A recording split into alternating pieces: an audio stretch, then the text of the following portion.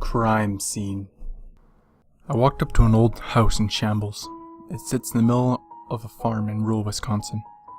The paint was almost entirely off the wood paneling of the two-story farmhouse. There were tinges of red where the rain wiped it entirely clean off the face of the wood. The barn over on this side was blackened and charred, as only half of it stood after the fire. The ground was relatively barren, mainly dirt around the house, but a field of grass and wheat grew not far from the perimeter. I walked towards the house and into the creaky porch. It was a hot, humid day of the summer, and I took off my sunglasses as I reached the shade of the porch. I looked down at my watch and saw it was starting to get late. The sun would be setting soon. 7:45.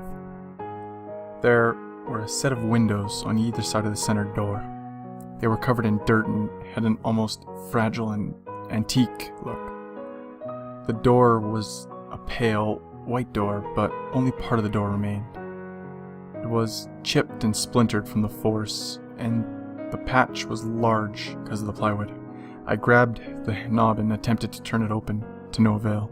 It seemed as though someone had locked it. The fact that the lock worked all amazed me. It only took a small amount of force to ram the door down. The inside of the house was just as depressing. It was completely bare. There wasn't so much as a piece of furniture in the house. There were marks on the walls where pictures were hung, but nothing remains besides the shadows of the previous presence.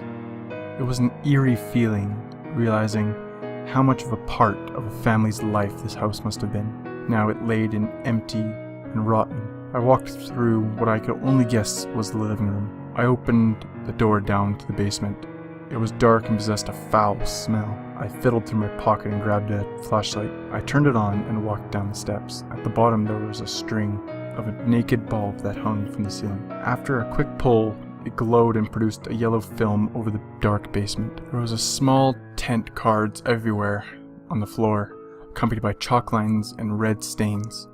It was a crime scene, and by the look of it, a pretty brutal murders. There were chains on the wall, were crimson stains around the hand restraints. There was a metal table starting to gather rust in the center of the room with some restraints on it. The wall against the staircase held a workbench with various tools, many of which were stained with blood. There were bloody bathtub in the far end of the room with meat hooks hanging above it. The concrete floor was red in many places, but had a strangely beautiful swirling pattern that led to a drain under the table. I walked to the opposite end of the room and saw a silver light shining through the floor. I went to inspect the source and found a cellar door. I walked up a few steps and unlocked the hinges. I swung open a creaky door and saw a beautiful sunset. I sat there for a moment thinking, in the last bit of sunlight in the orange and pink sky. I walked around the house and the night began to take shape. My car sat in the driveway alone. I noticed it looked like it was shaking. I curiously walked closer to it and grabbed the keys from my pocket. I started hearing muffled cries and I unlocked the trunk and opened it. I jumped at the sight. He shouldn't have been awake yet. There was a slender man, tied up with duct tape. He was trying to scream through the tape over his mouth, but only muffled cries escaped. His eyes were filled with true fear as he looked up at me. I curled a mischievous grin and lifted him out of the car and began to drag him towards the house.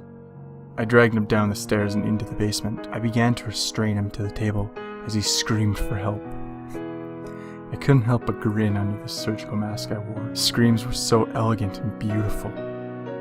Once he was strapped in, I grabbed the knife from my tool bench and walked back over to the man who was crying as I showed him the knife.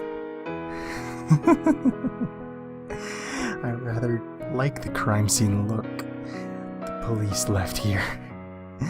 They should have known the killer always returns to the scene of the crime.